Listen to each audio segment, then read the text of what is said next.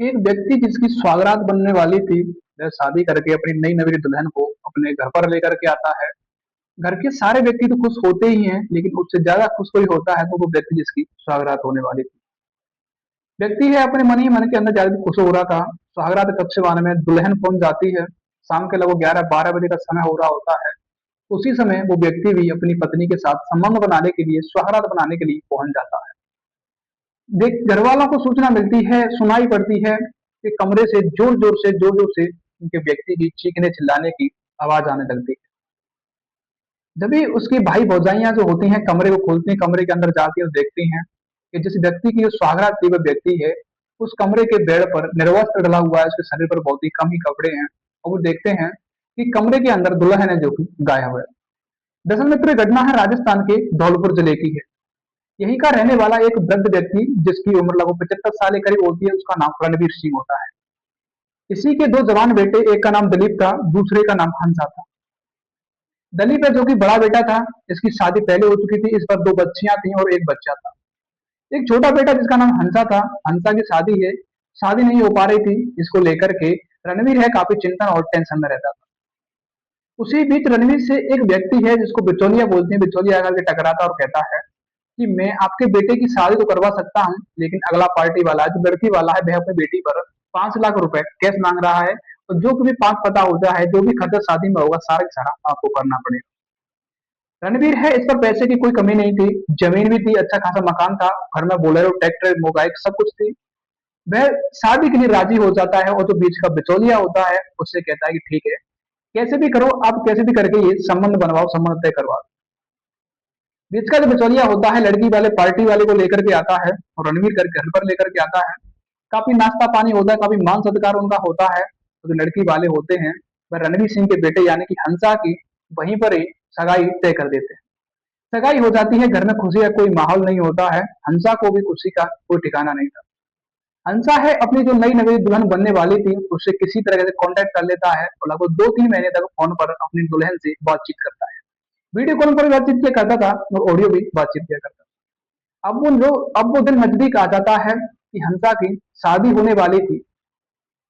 हंसा की शादी होने वाली थी, घर के सारे व्यक्ति हैं, घर के सारे जो व्यक्ति हैं शादी की तैयारियों में जुट चुके थे। बर्तन भाड़े, जो भी सब्जी आलू जो भी चीज बनाने के सामान था वो भी आ चुका था, कार्ड छप चुके थे। नौतारी व्यक्ति हैं, रेतु रिश्तेदार नाजार सारे घर पर आ चुके थे। मान के चलो कि सभी में काफी खुशियों का माहौल था। मैं 5 लाख रुपए देकर के बेटे की शादी तो कर रहा था, लेकिन उन्हें ये नहीं पता था कि आगे चल के क्या होने वाला है। बेटा हंसा है उस पर हल्दी चढ़ने लग जाती है, हल्दी की रस्म पूरी हो जाती है, सब कुछ हो जाता है। अब एक बाकी का रस्ता रह जाता है जिसको बारात कहते हैं। हंसा की बारात है, यहाँ से जाती है, बारात लेकर के जाते हैं। वह एक बाजार में से ही एक मैरिज होम में से बेटी की शादी कर देते हैं। बेटी की शादी हो जाती है। शादी हो जाने के बाद अब रणवीर सिंह अपनी नई नगरी दुल्हन को यानी अपने बेटे की दुल्हन को, अपनी बहू को घर पर लेकर के आते हैं। घर के सारे के व्यक्ति, सारे जो भी व्यक्ति होते हैं, रिश्तेदार नाकर भैया भाभी जितने भी होते हैं, सारे के सारे खुश होते हैं कि बेटे की कैसे भी ले लेकर के शादी होगी, आखिरकार शादी होगी। शादी हो जाने के बाद जब बहू को घर लाया जाता है, अंदर लिया जाता है, बहू के लिए खाना पाना खिलाया जाता है, कंकन डोरी जो भी होते हैं सारे के सारे खुलवाए जाते हैं, सारी रस्में पूरी की जाती हैं। उसके बाद सिर्फ एक रस्म पीछे के लिए रह जाती है जिसको नाम सुहागरात कहते हैं। बेटे की सुहागरात बनने वाली थी, यानी कि हंसा है काफी मन ही मन के अंदर खुश हो रहा था कि आज अपनी पत्नी के साथ काफी गुलछर्रे उड़ाऊंगा, उनके साथ काफी एक रात बिताऊंगा। उनकी भाई भौजाइयां होती हैं। हंसा की पत्नी यानी कि नई नवेली दुल्हन जिसका नाम सोनम होता है, वह देखने में 20-25 साल के करीब लग रही थी, लेकिन असल में उसकी उम्र थी जो कि 30 साल के करीब होती है। और हंसा की जो उम्र थी वो भी 40-45 साल के करीब होती है। स्वागरात वाले कक्ष में सोनम को उसकी भाभियां पहुंचा देती हैं। हंसा भी कमरे के अंदर पहुंच जाता है। कमरे के अंदर जब पहुंचता है तो अपनी पत्नी के साथ संबंध बनाने की बोलने लग जाता है, लेकिन सोनम है इस बात से बार बार पर मुकर रही थी। बोल रही थी कि आज रहने दो, कल संबंध बना लेना, आखिरकार मैं आपकी पत्नी हूँ, आपके साथ ही में जिंदगी भर रहना है, फिर इतनी जल्दी आप क्यों कर रहे हो। जब ज्यादा से ज्यादा सोनम कहने लगती, जो हंसा कहने लगता है अपनी पत्नी से कि नहीं, मैं आज ही रात आपके साथ स्वागरात मनाऊंगा, उसी समय सोनम है अपने बैग में से एक डिब्बे में चेहना रख करके लेके आई थी। उन चेहनाओं को लेकर के, जो मीठे रसगुल्ले की तरह होते हैं, उन चेहनाओं को लेकर के हंसा को देती है और कहती है आप एक खा लीजिए, एक मुझे खा लेने दो। इनमें काफी भरपूर मात्रा में शक्तिवर्धक गोलियां मिली हुई है जिनसे हमें काफी समय तक संबंध बना सकेंगे, तो एक दूसरे के साथ टिक सकेंगे। जैसे ही रणवीर सिंह है जैसे ही हंसा है उस रसगुल्ले को खाता है, चहना को उसको खाता है, खाने के बाद वो बेहोश हो जाता है। बेहोश हो जाता है उसी समय जो सोनम होती है उनकी नई नवीन दुल्हन थी, कि हंसा के शरीर से जितने भी सोने चांदी के उसके आभूषण थे, लर थी, अंगूठियां थी, जिनको सबको लेकर के और अपने बैग में रख करके वो अंधेरे का मुंह फायदा उठा करके उस घर से निकल जाती। और घर के बाहर उसके जो माँ बाप थे, जो कोई भी था, उसे वहां पर खड़ा मिलता है और गाड़ी से लेकर के वो फुर्र हो जाते हैं। उसके बाद जब होश आता है हंसा को, तो हंसा जोर जोर से चिल्लाने लग जाता है, चीखने लग जाता है। उसके बाद उनके घर वालों को सुनाई पड़ती है कि आखिरकार हमारे बेटे को हुआ तो हुआ क्या है। घर वाले गेट खोलते हैं, अंदर देखते हैं, देखने को उनका बेटा है जो निर्वस्त्र डरा हुआ, घर शरीर में बहुत कम कपड़े हैं, और देखते हैं कमरे के अंदर दुल्हन नहीं है। ये बात जोर शोर से मोहल्ले में, घर में और अड़ोस पड़ोस सबको फैल जाती है कि आखिरकार नई नवीन दुल्हन थी, गई तो गई कहां पर। घर के व्यक्ति हैं यानी कि रणवीर सिंह है, अपने रिश्तेदारों के साथ जाता है। धौलपुर जिले के अंदर एक थाना लगता है, सदर थाना। उस थाने में जाकर के रिपोर्ट दर्ज करवाता है। वहां पर रिपोर्ट दर्ज करवाता है, वहां के दरोगा से पूछताछ करते हैं कि आखिरकार मामला क्या हुआ था, कैसे हुआ था। जब रणवीर सिंह कहता है कि मेरे यहाँ एक बिचौली आया था जिसे मैं जानता नहीं था, उसने 5 लाख रुपए देकर के और सारा की सारा खर्चा मेरे पे डाल करके मेरे बेटे की शादी करवाई थी।